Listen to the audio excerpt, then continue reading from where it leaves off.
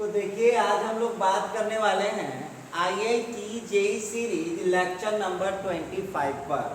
आज हम बात करेंगे IIT जेईई सीरीज लेक्चर 25 पर। एक क्वेश्चन आप लोगों के सामने आ रहा है, लिखता है the system of linear equation इतना इतना इतना has infinitely many solutions for a is equal to इतना।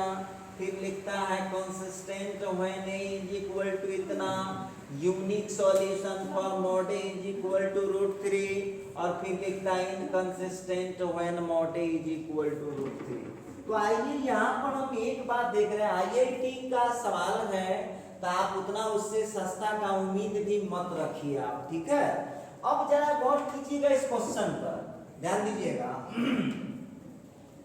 सबसे पहले तो आप जानते हैं कि डिटरमिनेंट आपको हर हाल में निकालना है, चाहे कोई मेथड तक क्रेमर रूल से 2 को निकाल लीजिए, एगो डेल्टा निकाल लीजिए, एगो डेल्टा 1 निकाल लीजिए, तुरंत डिसीजन हो जाएगा। तो चलिए भाई डेल्टा निकालिए, डेल्टा 1 इसी जगह डिसीजन हो जाएगा। आपको इन्फिनिटली बताना है और इनकंसिस्टेंट बताना है, इसी जगह आप लोगों को पहले 2 को निकालिए, 2 से नहीं होगा तो देखेंगे। तो डेल्टा हो गया 1 1 1 और इसका हो गया 2 3 2 और फिर हो जाएगा 2 3 a स्क्वायर माइनस 1। अब भगवान जितना आपको फास्ट दिमाग दिए हैं, जितना फास्ट दिमाग दिए हैं, इसको आप तोड़ने का कष्ट कीजिएगा। जितना जल्दी आप तोड़ सकते हैं इसको आप तोड़िए। एक्सपेंडिंग बाय R1, तोड़िए, घबराने की कोई बात नहीं है।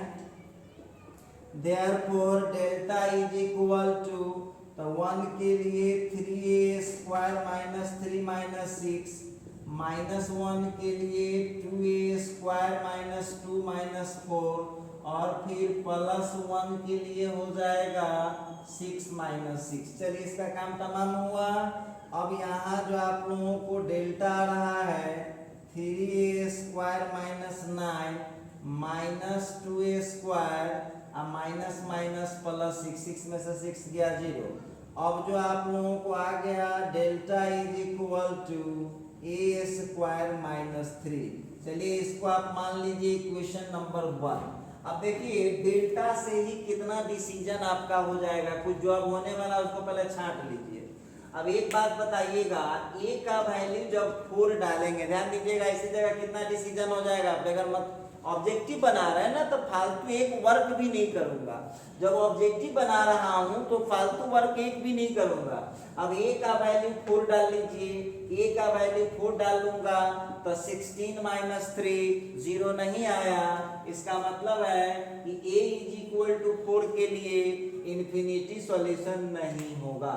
चलिए नेक्स्ट हम लोगों को बोलता है इनकंसिस्टेंट। तो इनकंसिस्टेंट जो है a का वैल्यू फिर 4 डालूंगा तो डिटरमिनेंट 0 नहीं आ रहा है, तो समझिए ये ऑप्शन भी गलत हो गया। अब 2 जगह चल रहा है मुकाबला।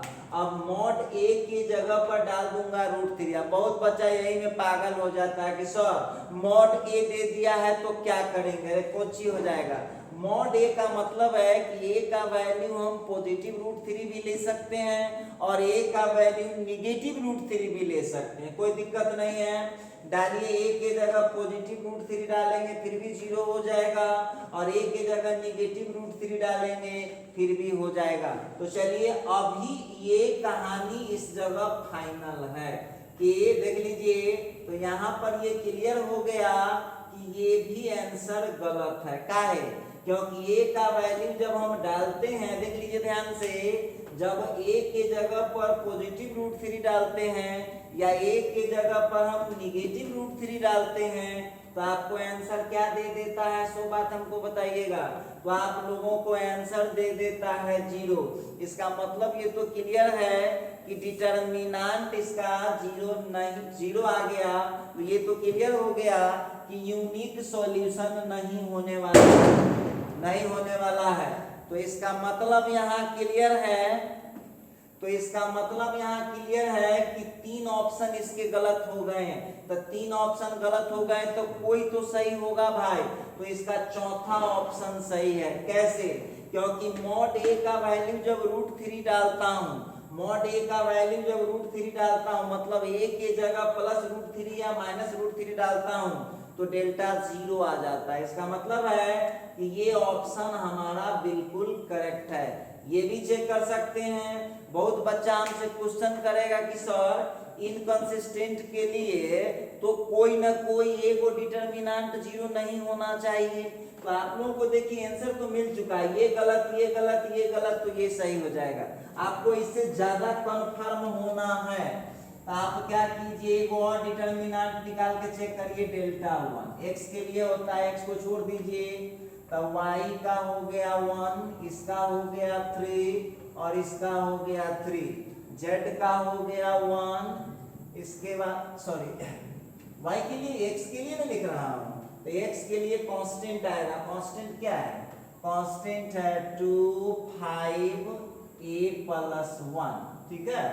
और y वाला सेम रहेगा, तो y वाला इसका 1 है, इसका 3 है और इसका 3 है, और z वाला जो देख रहा हूँ इसका 1 है, फिर इसका 2 है और फिर इसका है a² - 1। देखिए अब जो आप लोग यहाँ पर देख पा रहे हैं, इस डिटरमिनेंट को आप तो लिए, आपका होमवर्क दे रहे हैं, बनाएंगे नहीं, सब लोगों को डिटरमिनेंट का वैल्यू निकालिएगा।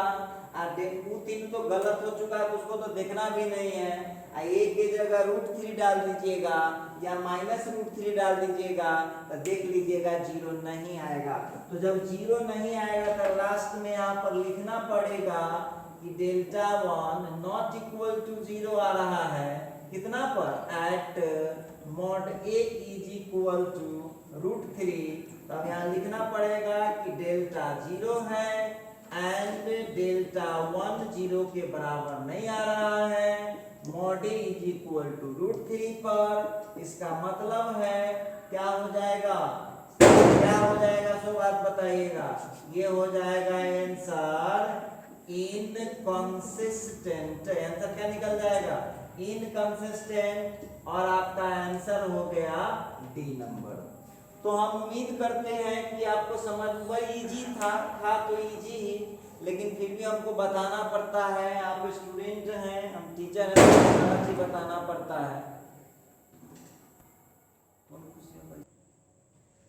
तो चलिए एक और क्वेश्चन आ गया हम लोगों को यहाँ पर, if the system of linear equations. देखिएगा ये जो क्वेश्चन पूछा है ना, ये है आपका IIT JEE, ये देखिएगा ये IIT JEE 2018 मेन का क्वेश्चन। अब देखिएगा इस पर हम बात करने वाले हैं, जरा गौर कीजिएगा। तो सवाल हम लोगों को लिखा है, if the system of linear equation इतना इतना इतना has a non zero solution, एक नॉन जीरो सॉल्यूशन होगा, तो इसके पास x/y² का वैल्यू क्या होगा। देखिए तो आप लोगों को देखिए बहुत लोग ऐसे भी हैं और जिसके पास पूरा कंटेंट ही नहीं है।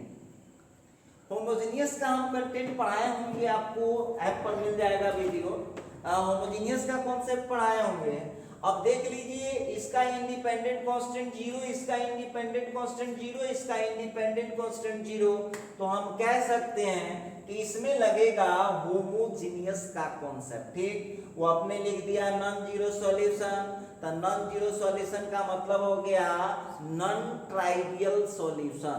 तो नॉन ट्राइवियल सॉल्यूशन आप जानते हैं कब होता है, तो एक केस तो क्लियर है कि डिटरमिनेंट उसका 0 आएगा। नॉन ट्राइवियल सॉल्यूशन है तो डिटरमिनेंट उसका 0 आएगा, आप खूब बढ़िया से जानते हैं। तो सबसे पहला काम हो गया डिटरमिनेंट ऑफ, यहाँ देख लीजिएगा, यहाँ पर हम लोगों को लिखे हुआ है since solution is non zero. अब देखिए इसी में विद्यार्थी सनक जाएगा, नॉन जीरो का मतलब हुआ नॉन ट्राइवियल। ठीक है, तो जब नॉन ट्राइवियल सॉल्यूशन होता है तो इसमें क्या होता है, डिटरमिनेंट इसका 0 हो जाता है। लीजिए तो 1 हो गया, k हो गया, 3 हो गया, इसके बाद 3 हो गया, k हो गया, -2 हो गया, इसके बाद 2 4 -3 इज इक्वल टू 0। यहां से आपको किसका वैल्यू मिल जाएगा? k का वैल्यू मिल जाएगा। ले लेते हैं, तो यहां हो जाएगा हम लोगों का एक्सपेंडिंग बाय, कहीं से एक्सपेंड कर लेते हैं, तो C1 से इसको कर लेते हैं। चलिए, जितना फास्ट दिमाग है उतना जल्दी आप इसको तोड़ सकते हैं, घबराने की कोई बात नहीं है। तो 1 के लिए हो जाएगा -3k -−+8, -3 के लिए हो जाएगा -3k -12, और फिर +2 के लिए हो जाएगा -2k -3k इक्वल टू 0। यहां से आप लोगों को क्या वैल्यू आ जाएगा? जो आ रहा है निकाल लीजिए, -3k +8 +9k +36, फिर हो गया -4k, सॉरी, तो हो जाएगा -10 × k। अब बताइए कितना आंसर आ रहा है आप लोगों का? तो हो गया 10 -3 तो 13, तो हो गया -4 × k, और यहाँ का हो गया 8 + 36, 8 + 36 तो कितना हो जाएगा? 44 इज इक्वल टू 0, तो -4k इज इक्वल टू -44, तो k इज इक्वल टू 44/4, तो 11 आ गया। सुनिए, आप लोगों को k का वैल्यू, इसमें हमसे आप बेकार मेहनत करवाएं, आप लोगों से इजी निकलने वाला था।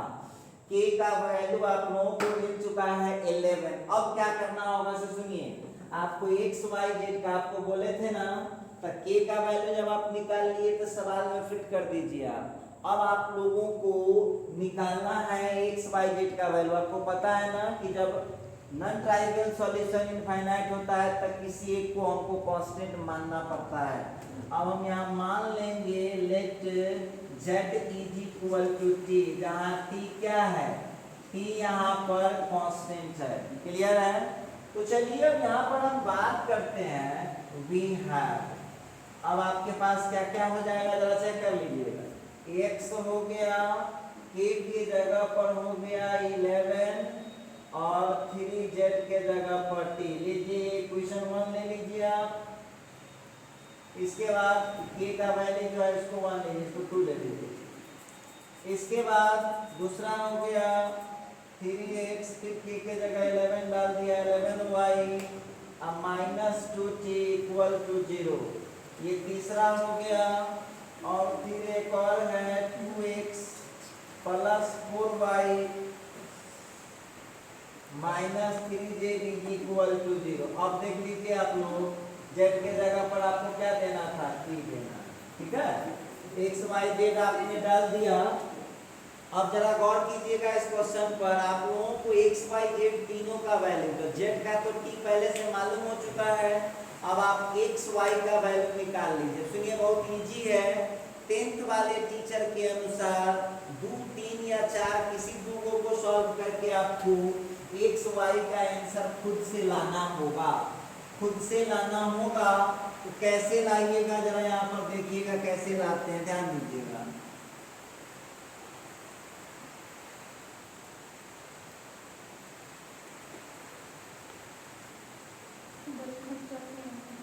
इसके बाद करेंगे क्या, हम यहाँ पर हो गया सॉल्विंग, कोई दो को सॉल्व कर लेते हैं।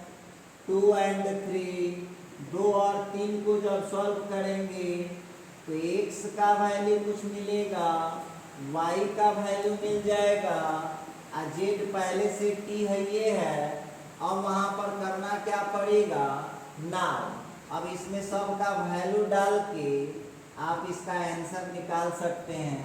जब इसका वैल्यू डाल के कैलकुलेशन कीजिएगा तो आंसर आपको 10 आ जाएगा। ये आपका आंसर हुआ, इसीलिए आपका आंसर हुआ क्वेश्चन का आंसर बी। क्लियर हो गया है क्वेश्चन? उम्मीद करते हैं कि इसमें आपको कोई प्रॉब्लम नहीं आ रहा होगा और आप बड़े इजी तरीके से बड़े इजी तरीके से बना सकते हैं।